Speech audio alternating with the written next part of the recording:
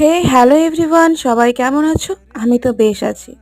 তো আজকে আবারও চলে এলাম তোমাদের সাথে কিছু শেয়ার করার জন্য।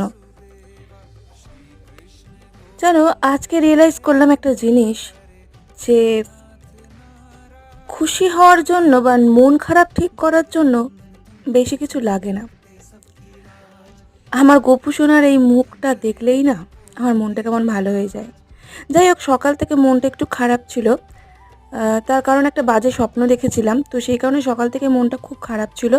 তো সকালে যখন গপু সোনাদের ভোগ দিয়েছিলাম তখনও মনটা সেভাবে ভালো ছিল না।